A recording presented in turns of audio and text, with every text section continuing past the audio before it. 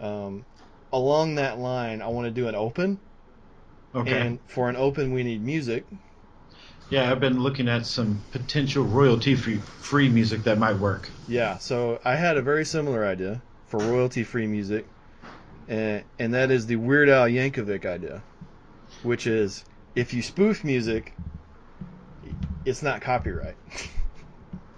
Falls under fair use practice. Exactly. So therefore, let's sing the Terminator thing. Oh my god. You have to have the guy who's doing the bass, the dum dum dum dum dum dum dum dum, and then you have to have a guy who's doing the main part of the thing, the da-na-na, da-na-na. And then you also have to have like the hi-hat guy going.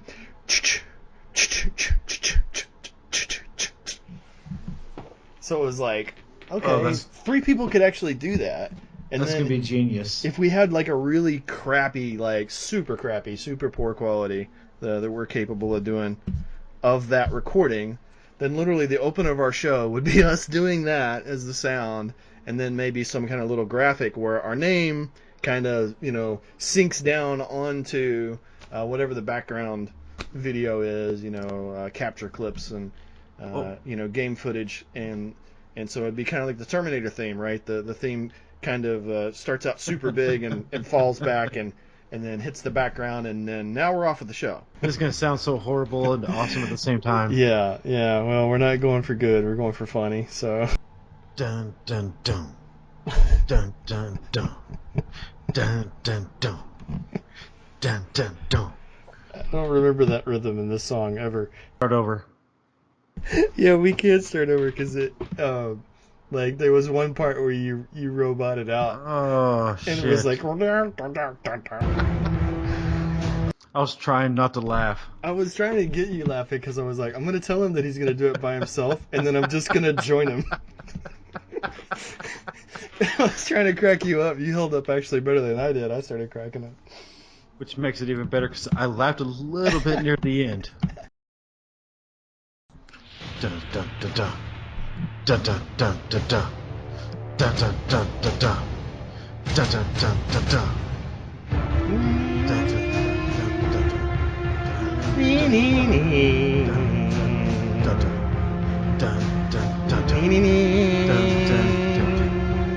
Dun, dun, dun, dun, dun, dun, dun, dun,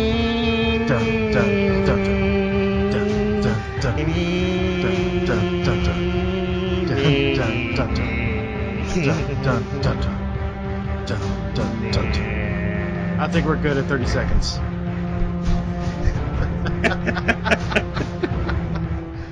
Okay, so this will be our episode 0 of whatever we're going to call this thing. The first thing we're going to discuss is what are we going to call this thing?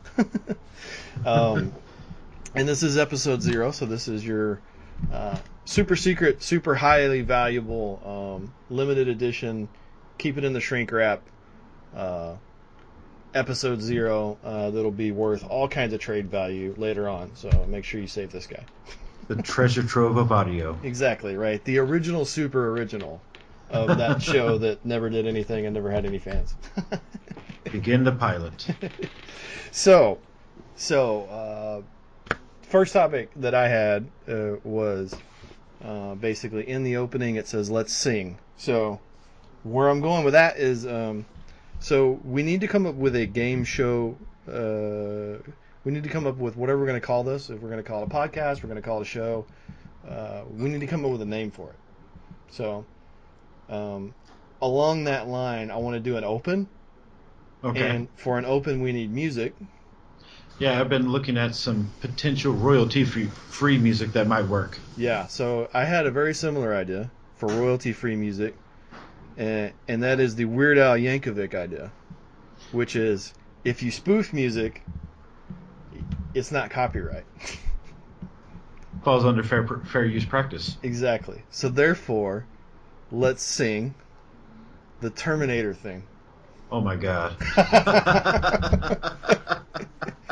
Which originally we're a man down right now, but the original idea was that our first show was going to be 3 of us, So myself, hi, I'm Jeff. Hi, Chris I'm Chris. and Fred, who's not with us right now, not feeling well. Um, and the Terminator theme cleverly worked because it has three parts. You have to have the guy who's doing the bass, the dum dum dum dum dum dum dum dum, and then you have to have a guy who's doing the main part of the thing, the da-na-na, da-na-na. And then you also have to have like the hi-hat guy going.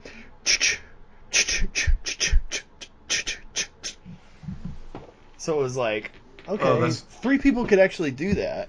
And that's gonna then be genius. if we had like a really crappy, like super crappy, super poor quality that we're capable of doing of that recording, then literally the open of our show would be us doing that as the sound, and then maybe some kind of little graphic where our name kind of sinks down onto whatever the background video is, capture clips and Oh, game footage, and so it'd be kind of like the Terminator theme, right? The theme kind of starts out super big and falls back and then hits the background, and then now we're off with the show, right? no, we can still do that with two people. We'll just have one person record one part of it, then loop it into the other two of us doing it at the same time. Yeah, so we don't have to do it right now, because it's, I it's still want to see if I can get Fred to participate in it.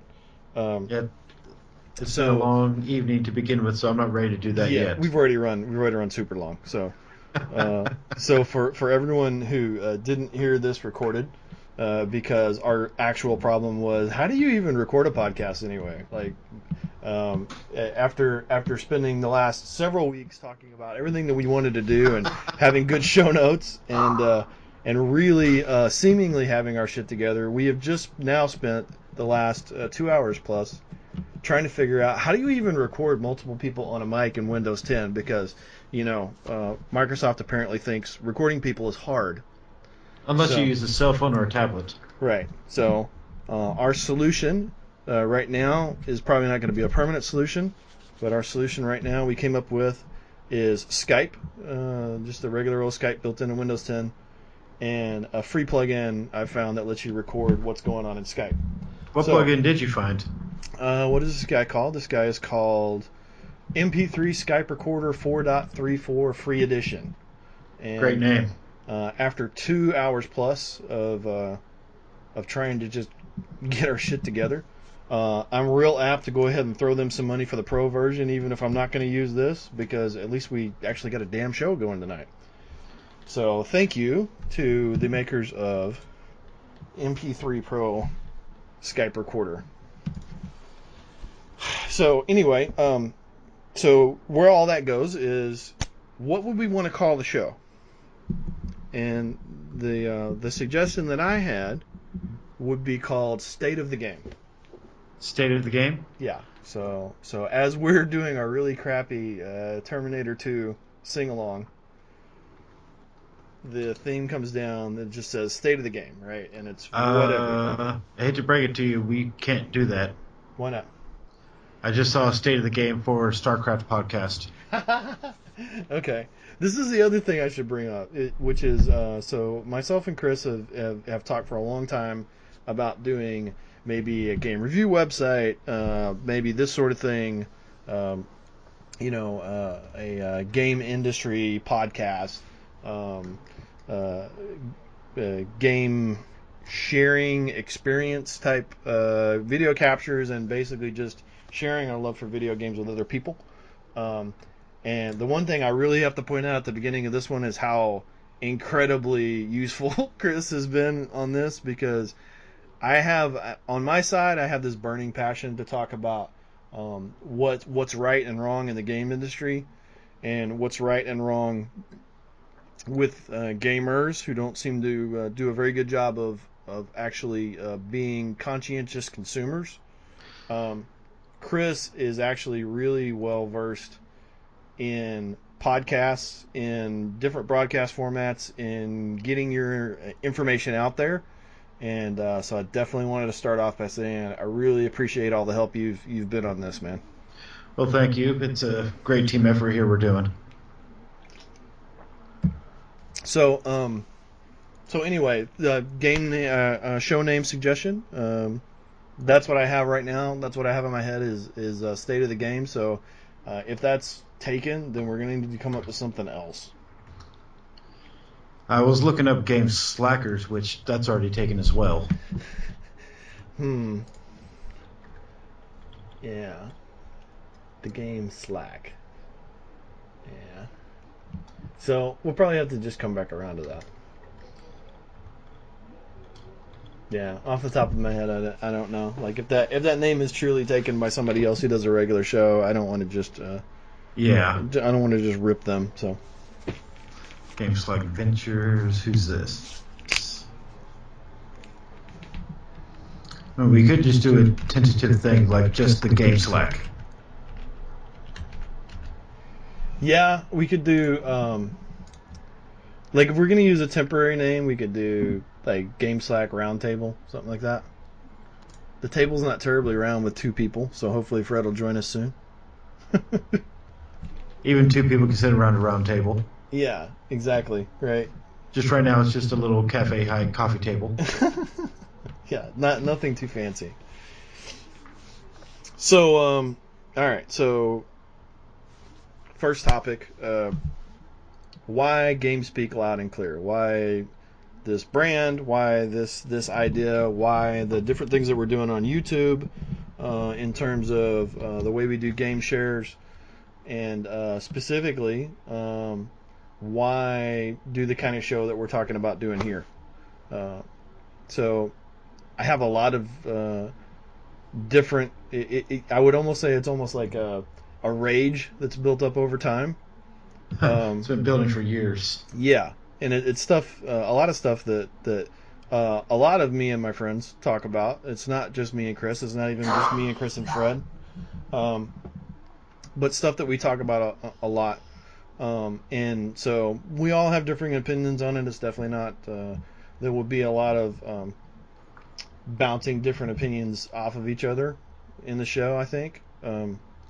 But specifically from my point of view, I look at the games industry as like a teenager, right? It's making grown folk money, but it never really grew up.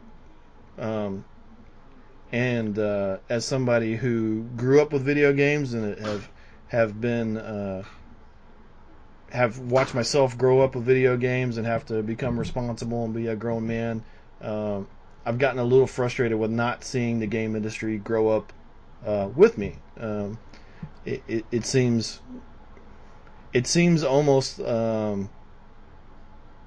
you have really good game makers, but it seems like those are almost always indie developers, people who actually still care.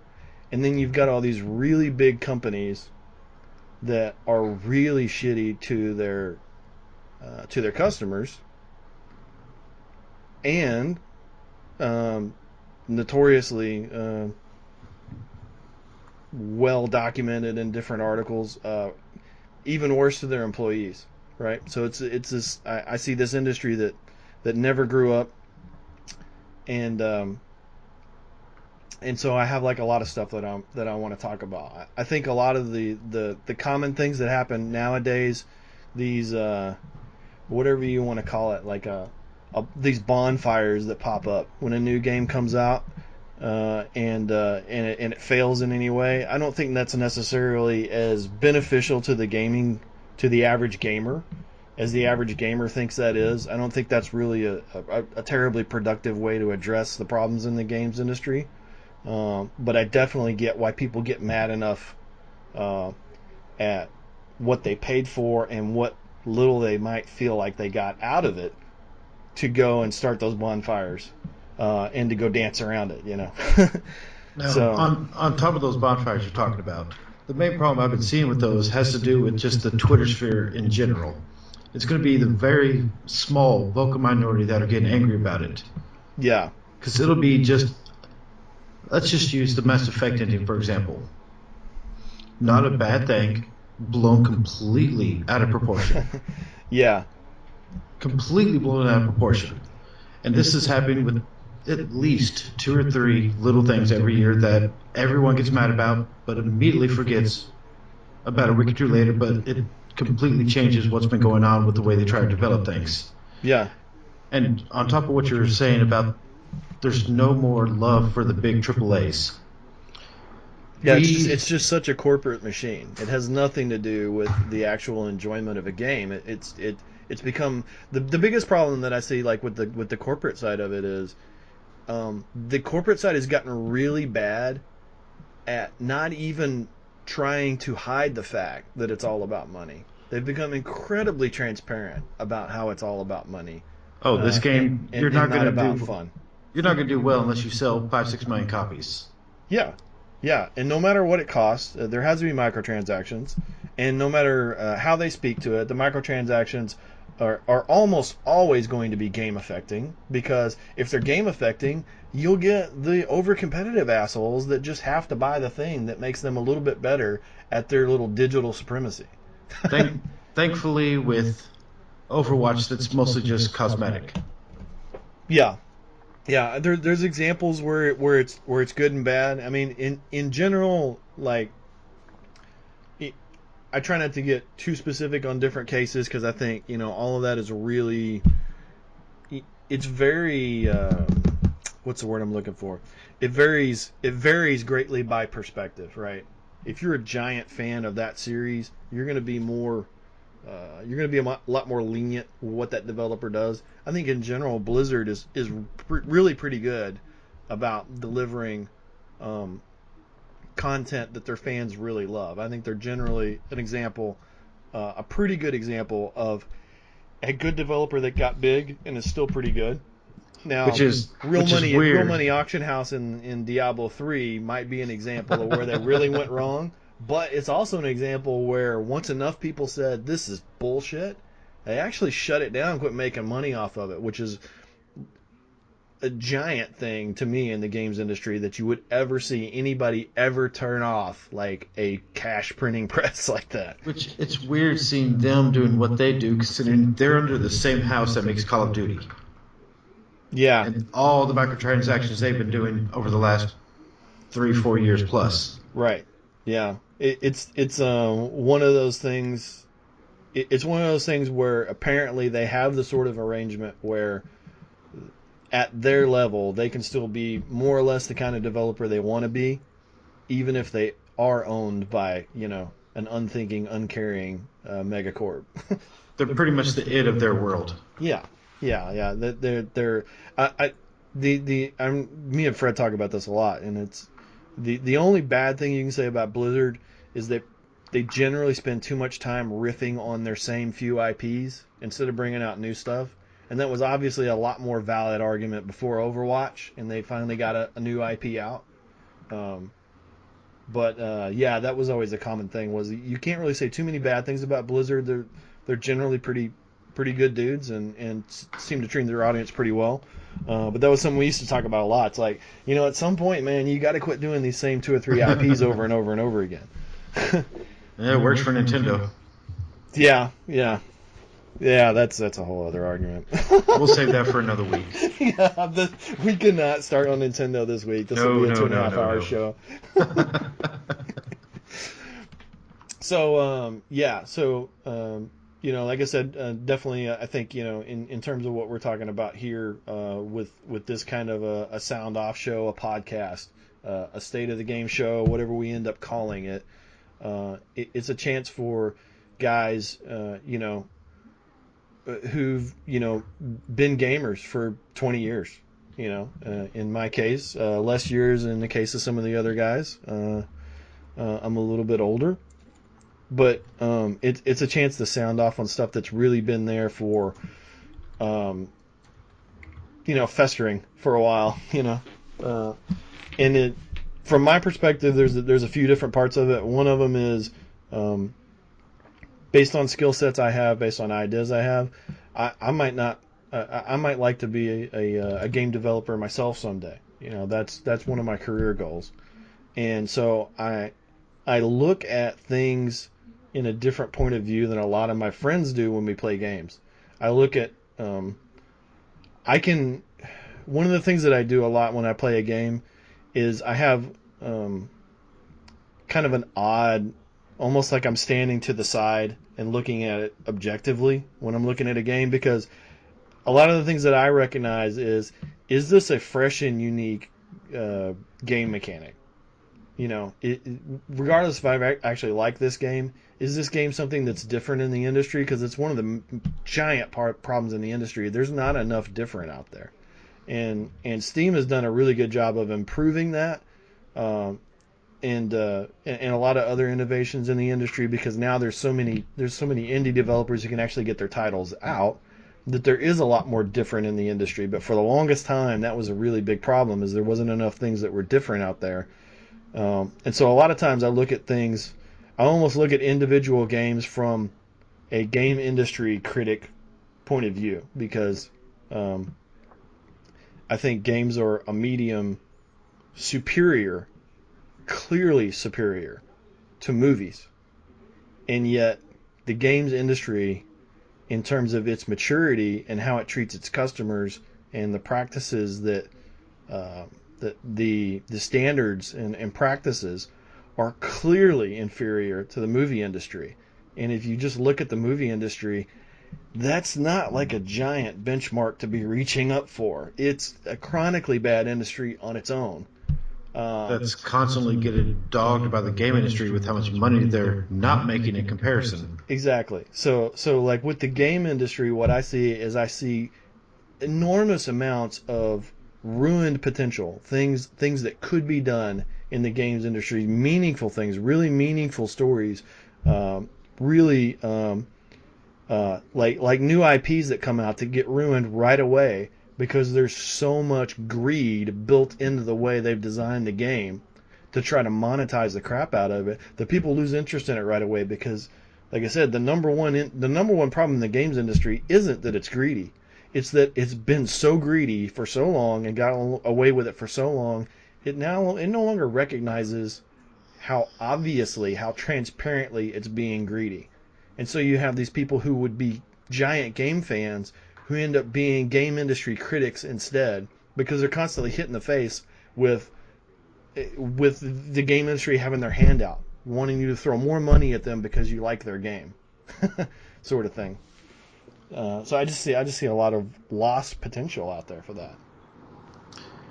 Yeah, I've been noticing a lot of the same things with the growing indie games is what I keep looking at, specifically because one of my favorite genres being horror. Mm-hmm. That seems to be the only place to get actual horror nowadays, with the homogenization of, let's call it the Dead Space, Resident Evils of the world. Mm-hmm. You have a few good titles, then, oh, we need to milk this for money. We had to find a way to sell this to as many people as possible, because the people that gave us money the first time, we don't care about you anymore. You aren't giving us enough money. It's the same way as the whole pop industry. Not talking trash on them, but to make money, you got to sell to the teenage kids. Yep. It's not about the art as much as it was back in the day. Not to sound like an old man, but that's kind of what it is. The indie space has been giving me the more personal titles that I've been wanting to see since, let's just say, even the PS2 day, when people were still being experimental with what they were designing. We've had the same gameplay designs with different coat of paint for about the last 15, 20 years. Yeah. I mean, it's the Maddenization. It's on the big AAA side. It's the Maddenization of video games. Hey, Good every comparison. year we're going to put out a sequel for this, and all it is we're going to reskin this, and we're going to reskin that, and we're going to put a new fresh coat of paint on that, like you said, and we're going to sell it again as another $60 title. And when somebody plays it, it's the most hollow experience in the world, because you can tell the people who made it. The people who made it are the actual developers. These dudes are sitting there in these sweatshop type environments, being pushed to put out more code with less help in a faster time frame. Like I said, the stories are endless about how crunch time works for these guys. These guys are not the problem. These guys are part of the victims of the system, right? Yes. And those people, they're doing it, and they go to those meetings where it's obvious that the decision makers don't give two shits about the content itself. They don't give two shits about the story. all they want is something that drives selling the game on the front end, which is typically some sort of a system around convincing people that the game is something it's not, so that it will sell well. And it's obvious to the people who are making it.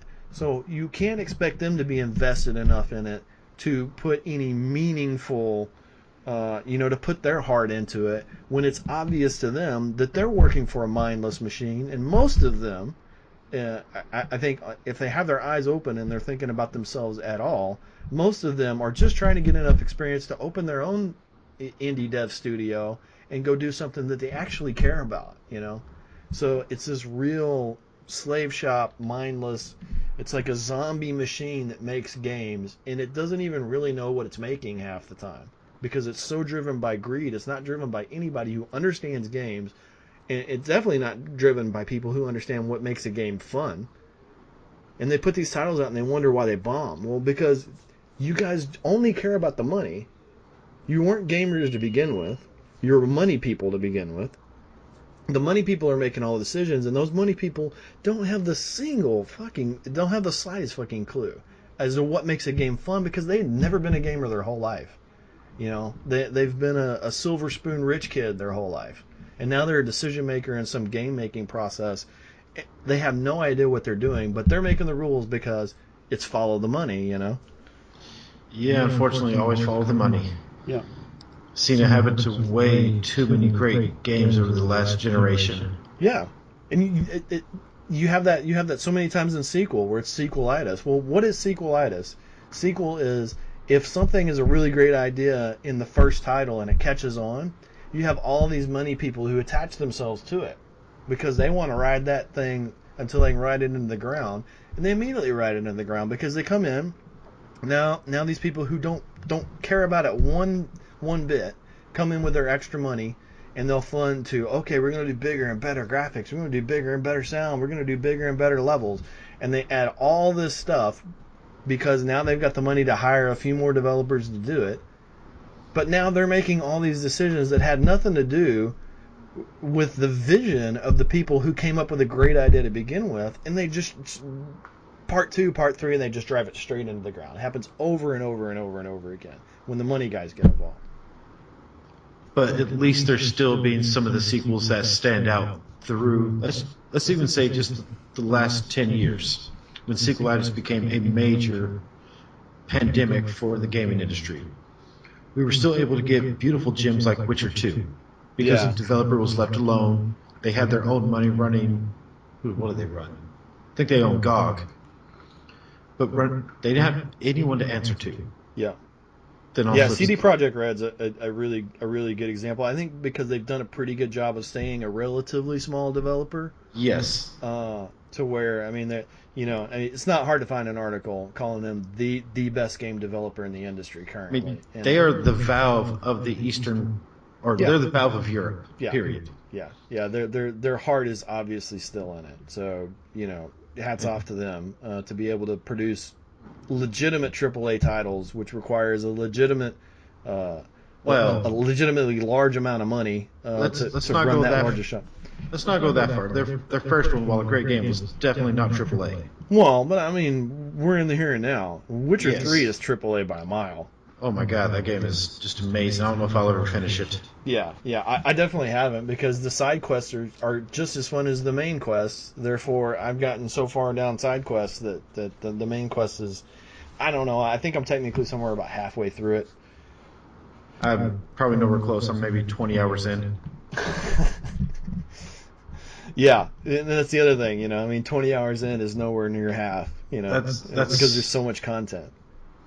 Game is just massive. Yeah, and great, and it's a perfect example of like I was talking about how like I'll look at a game different than your average gamer. I don't like that type of game. I don't like fantasy type of games. I don't like games with magic. I don't really typically like games with in more medieval settings or dragons and magic potions. Those have never been themes that I like. I'm a space game guy for the most part. If you want to talk about themes, but there's examples like all 3 of the Witchers, especially the second one and the third one.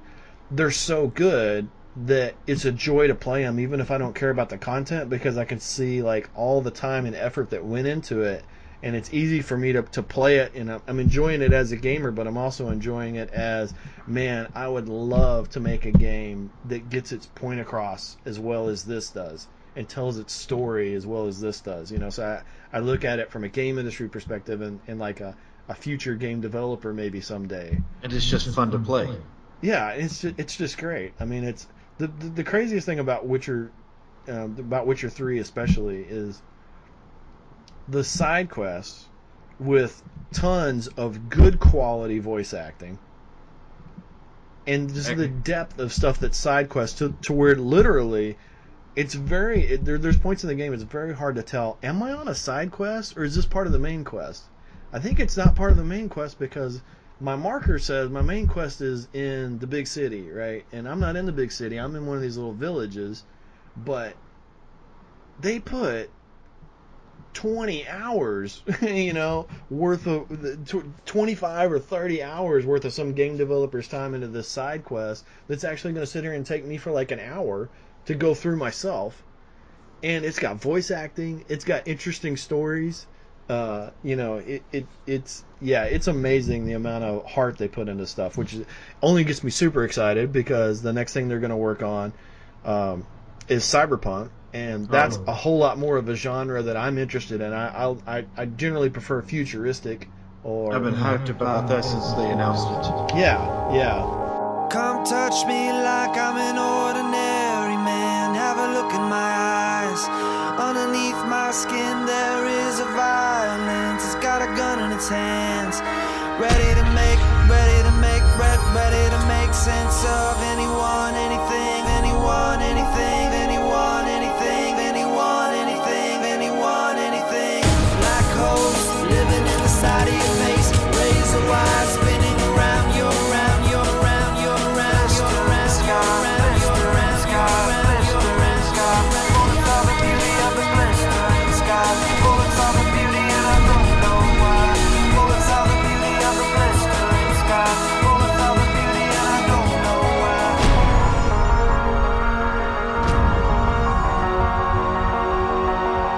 Personal responsibility. Personal responsibility. Thanks everyone in medic check. Seeing a 74-year-old male. 14 people are dead, 4 others suffered serious injuries. Police have a suspect anyway.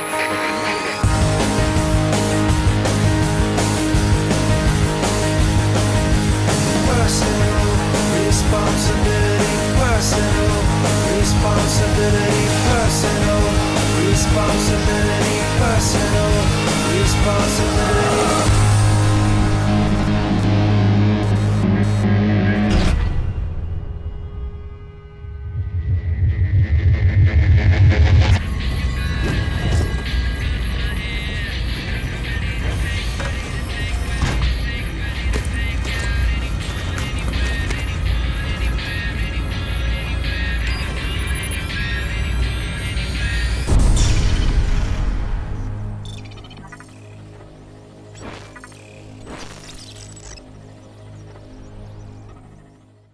And then it's so the actual original creator of Cyberpunk is Michael Smith, I think is his name. And I watched a video where he was talking about the stuff he's been working on with CD Projekt Red and what his vision is for the game, and it's just great. It's rain-wet streets. It's nights like this with fog rolling in, cars, faceless people going by doing the things that they're doing. There's something kind of hypnotic about it. That's when I get inspired to carry what these streets are like, what the city is like, the mysteries, the stories, the thousands and thousands of people that you pass that are going by as shadows in this wet, cold, dangerous environment. I wanted to grab that. I wanted to take it into the future, and where I took it was Cyberpunk. What I loved was the fact that it was a combination of dystopian society, a lot of technology, with this really great overlayer of almost film noir. In a cyberpunk world, I realized real soon was a world where people had the technology, but it didn't fundamentally change the fact that there was a lot of treacherous, nasty behavior, large weapons, and a lot of sort of serious danger all about. The important part in Cyberpunk is just that. It's not the technology, it's the feel. It's getting that dark, gritty, rain-wet street feeling, but at the same time getting that rock and roll, lost, and desperate and dangerous quality. Cyberpunk is about that interface between people and technology, but not in that transhumanist way where it's all about the technology changing or improving them. It's about how people use things. There's a great Gibson saying, the street finds its uses for things. And that's what Cyberpunk is about. Cyberpunk isn't about saving humanity, it's about saving yourself. We've approached doing it as a video game numerous times before. We have fought to find somebody who was enough of a fan of the world and the game to not want to go change it around or to stick a label of Cyberpunk on it and then do something totally different. And so when CDPR approached us, what we realized really rapidly was these guys are fans. These guys know the material. They're quoting things back to me I've forgotten. So they got it. And that's an important thing. You have to be able to understand why this world exists. They're dragging my butt all the way over to Poland several times a year. We're excited because there is a really strong element of cross-pollination. There's a really strong element of cooperative building going on. And that's really great. Cyberpunk 2020 was about early Cyberpunk. It was a world in which people didn't know a lot about what the tropes were, the feel for it. The great part about 2077 is that it's a mature form of that. We're basically able to progress a larger arc. You're going to get to see the outcomes of things that we started to talk about in the Fourth Corporate War. And we're going to be able to let players who play the previous game to see how those progress, see where they go to, and how they'll shape them. We're looking at the same mucky, nasty Night City that you were in before, just a lot bigger and probably a lot more dangerous, and with a lot of players you don't know about yet.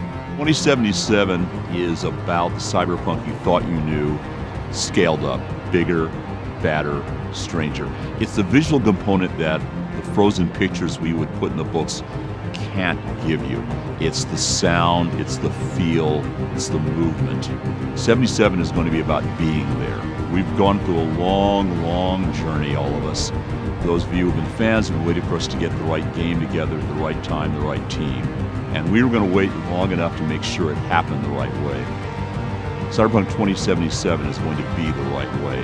And I can't wait to play it. And I'm hoping you guys will want to play it as much as I want to play it. Because it's going to be a hell of a ride.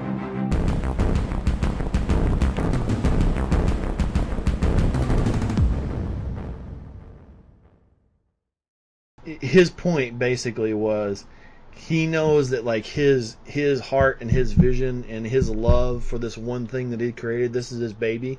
He knows that this is the one developer that can treat it right. So that's the other thing that like this kind of comes full circle back around to why I wanted to on my side, why I wanted to create this sort of thing and start to give a voice to some of these things I've thought about for a long time. You know, it's not about ranting about all the bad. It's about both. It's about, you know, talking about everything that's wrong in the industry and the fact that, hey guys, you know what? It's blatantly transparent. The things that you guys are doing wrong, and you wonder why you don't make as many sales as you do. It's because most gamers aren't as stupid as you think they are. But then it's the other side. It's also, man, dude, there are a lot of developers out there, and a lot of times it's an indie developer, but sometimes it's a big developer like CD Projekt Red, who 100% gets it, who 100% is still making something that is true to the source and true to the story, and they still get what makes a game fun. You know, what kind of game mechanics are actually fun, not just functional, but actually fun. You know, is it fun to play? And yes. And so you know, it's good to highlight the bad, but it's also really good to highlight the good. And one of the big things about the industry right now is I feel like the industry is really at a position where it's a situation that's really ripe for positive change. Because in the internet generation, where so many people have a voice, it is really easy for the average gamer to be able, if you can, stay out of ranting about it, stay out of joining the bonfire and dancing on a developer's grave when a title doesn't launch nice.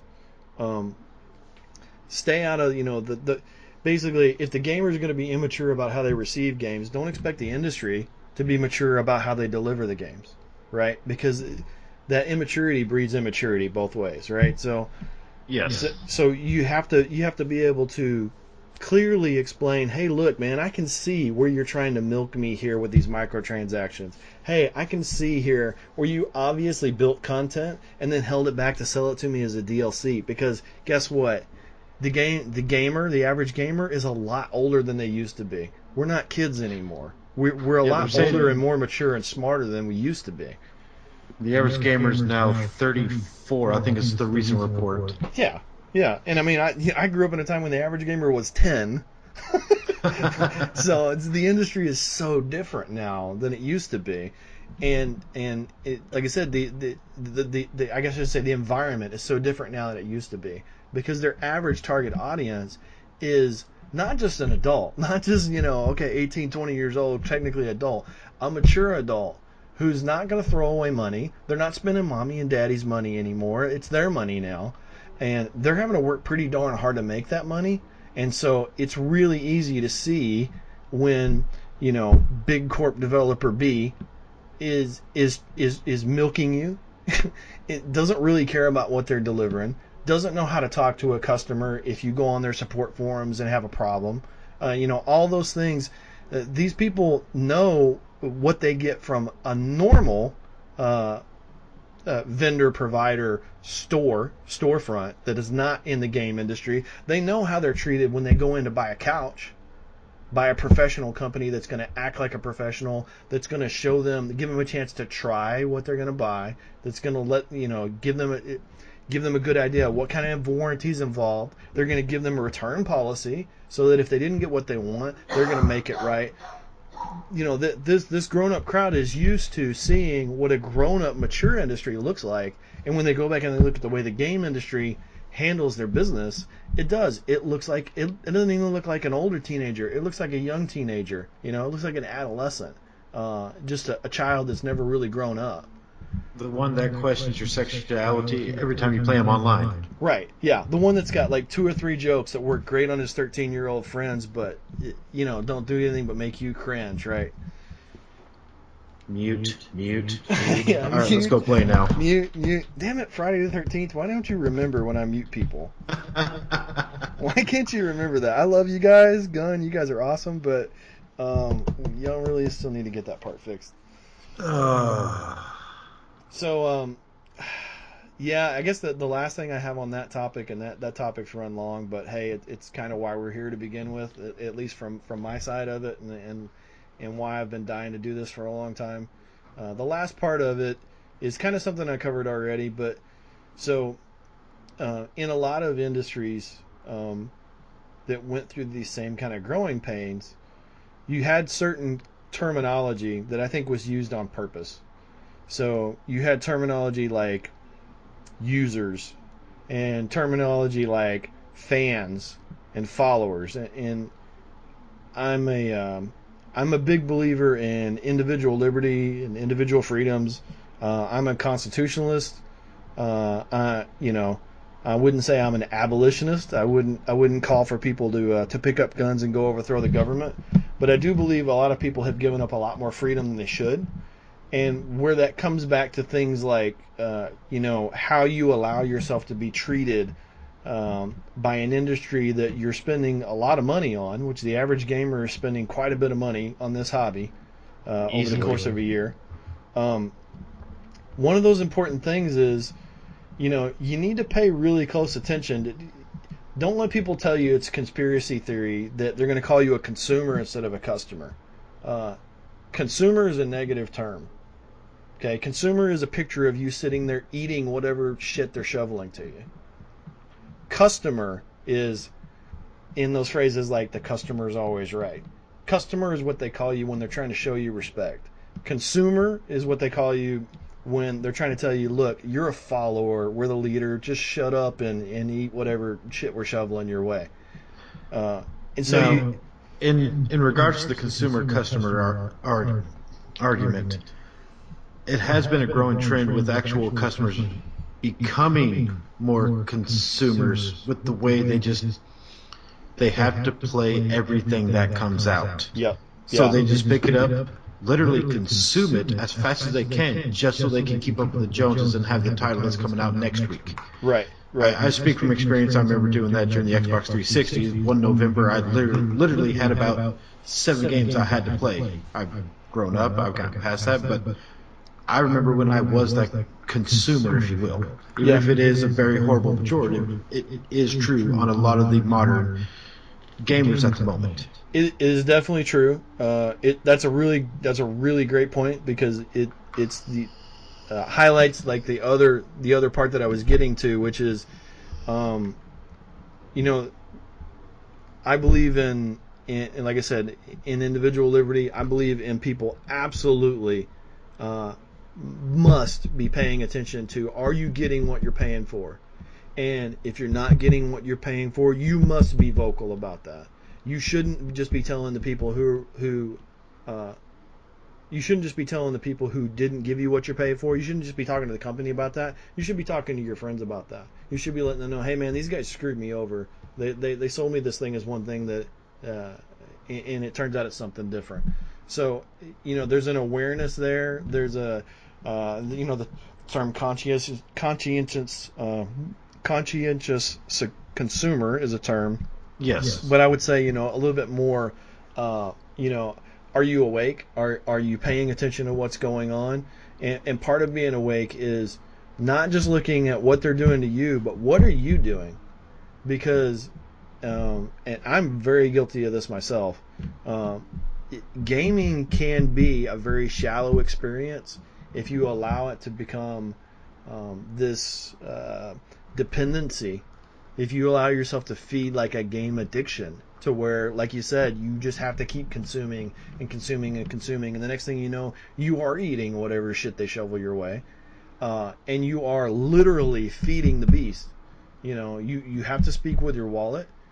You have to be very conscientious of, what, are they really giving me what I paid for here? And if they're not, going on Twitter and bitching about it and then turning around and paying $60 for it because I gotta have it, that's a weakness. Like, you gotta be stronger than that. You gotta be able to say, you know what, if I feel like there's like I'm not getting what I paid for, if I feel like I'm being disrespected by the way they treat their customers, if I feel like this thing looks like a money printing machine for them a whole lot more than it looks like any fun for me, don't buy it. Now, And talk to your friends about why you're not buying it, because maybe your friends are having the same thought process themselves, and they just kind of feel like, well, maybe I'm making too big a deal out of it, and I should just go play this thing that looks kind of cool and the graphics are nice. now, it has been nice seeing at least this specific generation with PS4, Xbox One. You're seeing the price drop a good $20 the first month. So getting it that first date doesn't matter as much. Where I could pay $40 for that. I don't mind. Yeah. I mean, where there's a downside in the industry is that there has for a long time been there's no returns policy, right? And it's one of the only things in the world, one of the only purchases in the world where if you didn't get what you paid for, you can't return it. And I get why you can't, but that is used as a crutch by developers to build that hype machine up to the initial sale, because once you get them, you got them. And get people to pre-order, because once you get them, you got them. And if there's a bonfire when it comes out because it fails, who cares? We already got their money, and they can dance on our grave all they want. We're millionaires. We just made millions of dollars off this grave. I think we can both agree on this. Pre-orders just need to die. And the thing is, like, I totally get from the games industry why why they want pre-orders.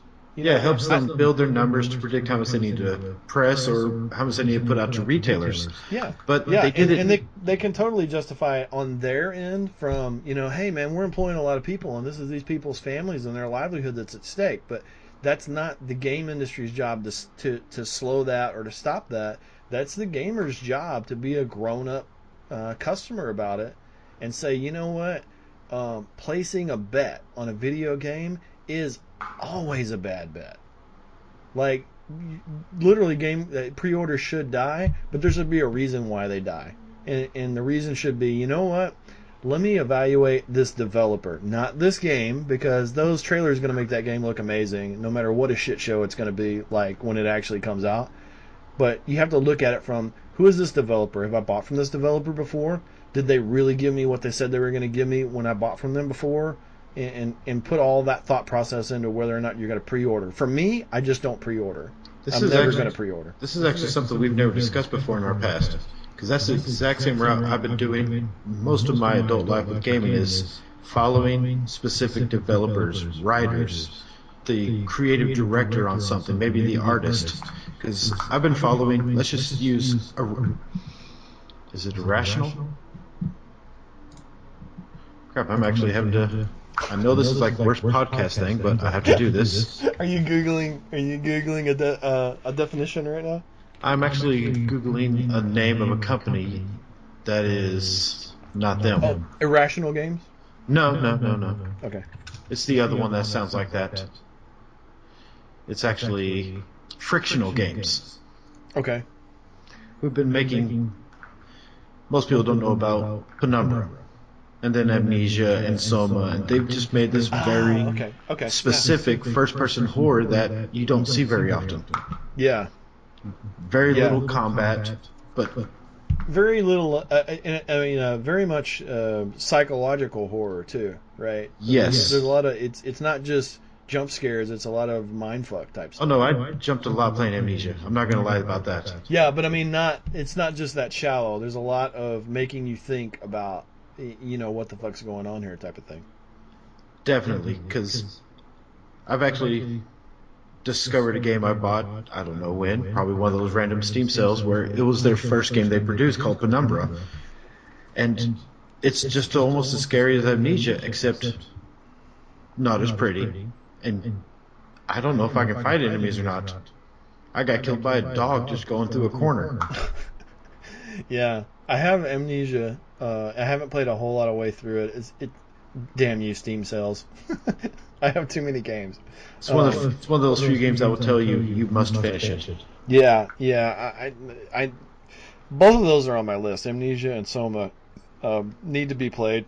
I have them both. I do not have Penumbra.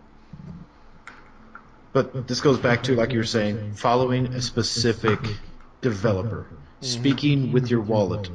Did this company screw me over at one point? Maybe. Did they make me happy? Yes, I'm going to keep buying their stuff as long as they do well, such as people are not going to buy Metal Gear Solid Survive, because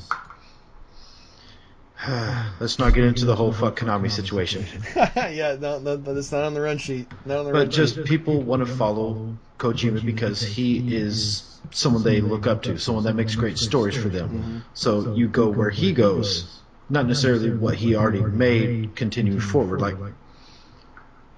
let's look at some other examples would be like BioWare after the doctors left. It just hasn't been the same. Yeah. Or after Respawn was formed, Modern Warfare 3 just wasn't the same. And you see that cycle continue with pretty much any time someone that you love and a specific developer leaves, it may not be the same. Yes, the vision and the heart goes with almost always comes and goes with the original founder. That's just the way it works. That vision is theirs, and a lot of people will take it and follow it in terms of developers. They'll take it and they'll adopt that vision and try to help you complete it. But without that leadership there, man, everything changes. Which kind of brings us back full circle to the sequelitis situation. Yeah. So speaking of sequelitis, I'm definitely we're an hour in and I'm done with my first topic, so we need to keep moving. I think we'll end with this final topic because we're already running 45 minutes long. Yeah. So maybe we'll have to do 2 recordings on this opening one, and we'll pick up at my next one next one. But yeah, let's talk Destiny 2. No, I'm not pre-ordering first off. Okay. I'm waiting for the reviews. But the simple reason why I personally did not play the beta I learned my lesson last time with the first beta.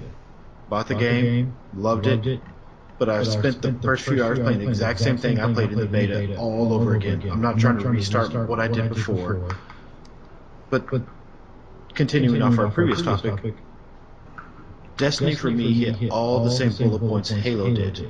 Tight gunplay, controls are great. The world building is some of the best in first-person shooters. And This is going to be a great example of how we'll bring differing opinions to the same podcast. So this is going to be good.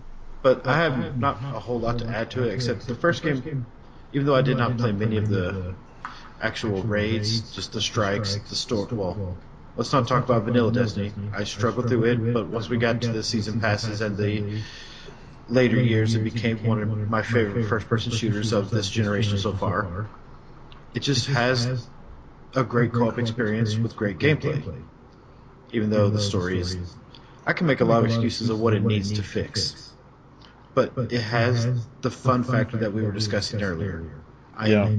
It's fun to play. It's fun to pick up that control, left trigger, right trigger, and working co-op with your buddies. But let's hear why you are not as interested in it. Yeah, so we definitely need to go back to the original Destiny there.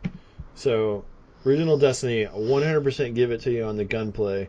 The gunplay, the best way I can describe how sharp the gunplay is on that is, number one, I can't hit anything with a console controller in a shooter. In Destiny, I was good. I was really good. And then about 2 months into it was the first time that a certain set of sequences happened in the game where an enemy jumped like off a ledge while I was aiming on them, and my cursor automatically followed them. And suddenly I realized how well they had designed the auto aim, that it had fooled me into thinking I was a better shot than I was. But they've been doing that since 2001. Yeah, it's a Bungie thing. I get it. They perfected the auto assist, the aim assist. So, but that's new to me. That was new to me because I was not an Xbox guy. I've always been a PlayStation guy, so I never had Halo. Right? Like the only Halo I own is the original Halo that you can get on PC. It's a perfect example of Steam sellitis. I bought it and never played it. Right? That game's on Steam? Well, I'm not saying it's on Steam. I'm saying kind of like Steam sellitis. In other words, if it's cheap, I'll buy it, and then I may never play it. Yeah, I got many games like that. Yeah, so it was one of those. It was like maybe it was in a bargain bin for $10 or whatever, but I know it was cheap because if I buy an expensive game, I'm gonna play it. But if I buy a cheap game, oh man, I'll buy 10 of them for every one that I play. So Destiny 1 will 100% give you the great gunplay. We'll definitely 100% agree with fun co-op. So me and Fred played the shit out of that and had a really good time in terms of individual fights. But every step of the way, I think one of the things, me and Fred definitely don't agree on everything. One of the things we definitely agreed on with Destiny was, in our opinions, very disappointing story. Very shallow. Way too short. And one of the most... I mean, it's hard for me to even say it's an opinion. I think it's just literally a fact that story makes no goddamn sense. That's why I did not defend the story. I was defending the world building, not the story. Yeah, and so like the quality of the actual worlds. Yeah, I agree with that. But here's my biggest problem with it. So there's two major problems that I have with Destiny, and both of them to me 100% come down to they should have been a little more real with their fans on it, because I feel like I was deceived.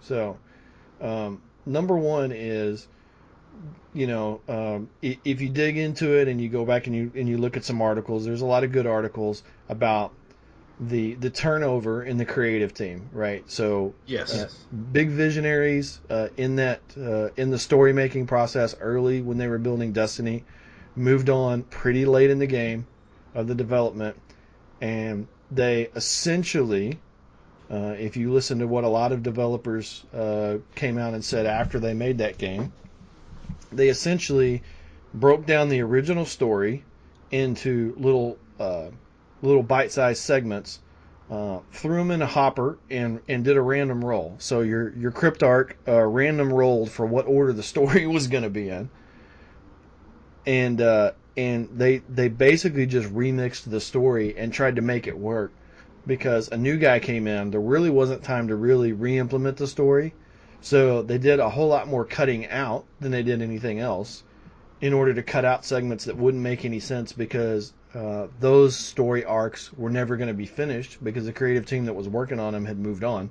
Now, you did play the expansions. So what did I play? I played 2 of the expansions. The first 2 expansions, never bought the third one. Okay, I didn't buy the Taken King, but the one before it, when they started introducing the story, and that's when, yeah, because I got the.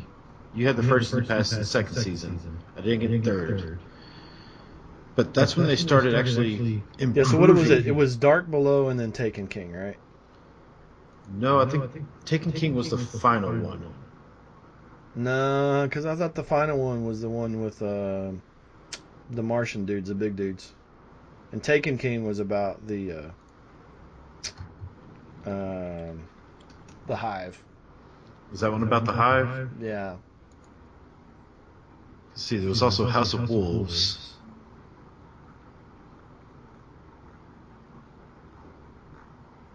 But anyways, when we got to year 2, believe it. Yeah, I have Taken King. Rise of Iron was the other one. Okay. Taken King was when they finally started actually showing, hey, we know how to write a story finally. We're sorry. Hey, you guys have been with us for over a year now. Thank you. We apologize. We're trying to make it up to you. Yeah, but they sold you that, though. Once they finally got right, they sold you that. But see, I bought vanilla. I didn't actually buy the first season pass like you did. They didn't make it up to you. They sold it to you. Well, mine was actually stolen. Mine was actually stolen, unfortunately. They cashed in again. That's my big problem. Is so I know one of those expansions they went back. They replaced replaced Peter Dinklage. Yes, because that wizard came from the moon. Because that wizard came from the moon. They remixed some of the story elements again to make some of the story elements. They basically went not only delivered a DLC, but went back and rehashed all these things they did wrong in the original story, which would be a really great way to say, hey man, for all you guys, because it was a very widely held opinion that people were like, I didn't get what I paid for with this. Yeah, but see, the stuff you're talking about, it would have been a great way to like pat the gamers on the back and say, hey, you know what, we're right, we're going to make this up to you. But they sold it to you. But what you're talking about, where they rewrote the introductory stuff, that was a free update. Yeah, that part of it was free, right? Yeah, it was just the extra missions. When you started finding that new clan that was coming in. Yeah, that's not a bad point. You're right about that. I've forgotten about that part. Yeah, that part you got as a free update, even if you didn't buy the DLC. Yes. So there's that. There's the mess of the development process and how it came out to a story that was really kind of incoherent and was just go to the next thing and shoot all the things. Go to the next thing and shoot all the things. Is what it came down to. Go here, hold down X, hold down square. Shoot everything that comes at you. Yeah. Go on to the next one. Yeah. And the other thing that really, really burned me was it's a space game.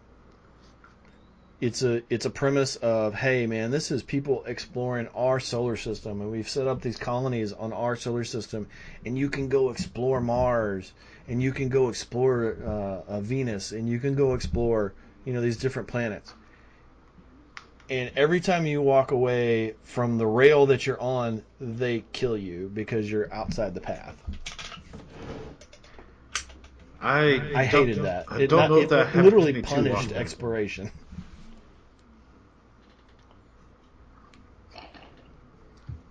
I mean, they did kind of do the whole classic Crisis thing where let's go to the corridor, let's put you in a giant open room to fight a bunch of enemies, then back to a corridor. Yeah, the open world was a corridor, though. Literally, if you left the path, they would kill you.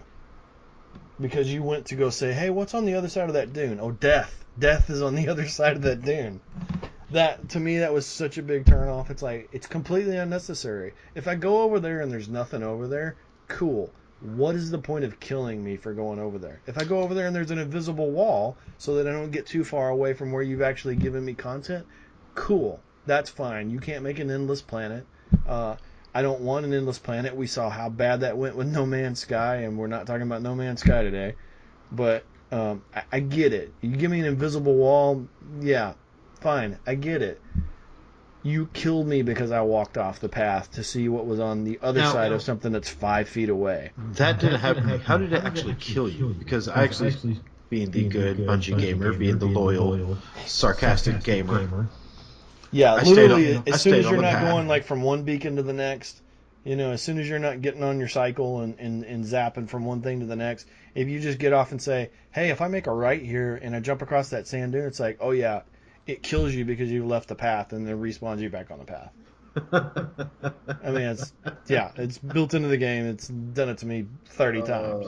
Because that's the other part of it is there's parts that encouraged you to go find stuff that was kind of hidden and not pointed out, which is great because that's exploration. Until you punish exploration by killing me. Now, don't take this as an excuse. Take this as sarcasm. Let's just blame the fact it was also on the last gen consoles for that. Yeah, but give me an invisible wall. That's why I said sarcasm. Okay, there's only, yeah. I mean, I definitely get that you can't have this unlimited world, and an unlimited world gets boring really quick. So again, I'm not going to start talking about No Man's Sky today, but but we despite all the really cool whiz bang things that I thought about that when that was coming out because of all the innovative parts of procedural generation and all that. One of the things it's proved is that procedural generation cannot build fun content for you. It just can't. No. So I get that the space has to be limited, and the content, can only cover so much area. And even though invisible walls seems like kind of a crappy way to do it, give me invisible walls, but don't literally punish me. Don't kill me because I tried to explore, especially when there are some parts where you can actually find, hey, there's a chest over there that nothing in the game ever told me that there's a chest over there behind that rock. And maybe that chest has actually got a really good engram in them that's gonna roll good. Although, of course, that's the other problem with Destiny when it first came out is punishing RNG. Right? You had RNG for whether or not the engram would drop, and then you had RNG for what the engram would roll to. And the default design was there was a good chance that your exotic engram, there was a really good chance that it would roll as something that it's not even in order to roll lower than what it was supposed to be.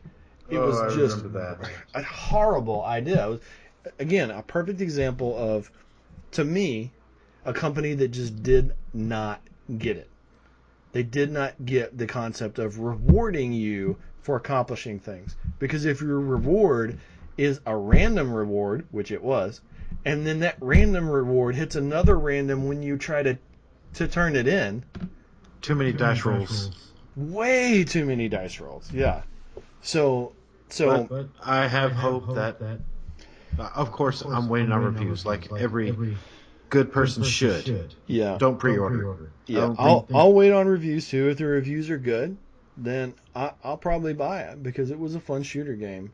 But right now, It's some of the best four-player action I've had this entire generation. Except the co-op's good, the shooting's good, the guns are really good. Well, with the exception of The our way that the guns four-player work drunkenness different, look different. overcooked. Yeah, right. Yeah, especially like the way the guns worked, the way the gun sounds, the uniqueness of gun sounds, the uniqueness of gun functions, all of those things were very good. So yeah, there were rewarding elements of it, and there were huge mistakes in it. And for right now, Bungie's on timeout for me. They're on triple secret probation, and I'm going to have definitive proof that the next game they make is good before I'm going to think about buying it, because I'm going to speak with my wallet, and my wallet says they screwed me last time. They straight up screwed me last time. They promised me one thing and gave me something else. I can definitely understand where you're coming from. So we definitely have run long here. We actually had 1, 2, 3, 4, 5 more topics we were going to cover. We only covered 3 topics. Well, out we of- had out a of lot to get 8. off our chest, specifically you, about the whole game industry at large. Yeah, that turned into a rant, but I kind of thought it was going to anyway. So, yeah, there will be a lot more of that. So hopefully people who tune into this will like hearing about that sort of thing, because I got a lot more to talk about on that front. Yeah, so for the time being, Chris, I don't know if you got anything more, but I think we can probably wrap up there. Just so I get in the habit and no one's going to be listening to this, you can always find me. God damn it, hold on. Sorry, I was taking a drink. You can always find us posted on Twitter at GameSlack. I'm Chris, I'm Jeff. and until next week. This is the We Don't Know What to Call It Yet show. Signing off. Dun dun dun dun. Dun dun dun dun dun. Dun dun dun dun dun. Dun dun dun dun dun. Dun dun dun dun dun. Dun dun dun dun dun dun. Dun dun dun dun. Dun dun dun dun. Dun dun dun dun. Dun dun dun. Dun dun dun. Dun dun dun. Dun dun dun dun. Dun dun dun dun. I think we're good at 30 seconds.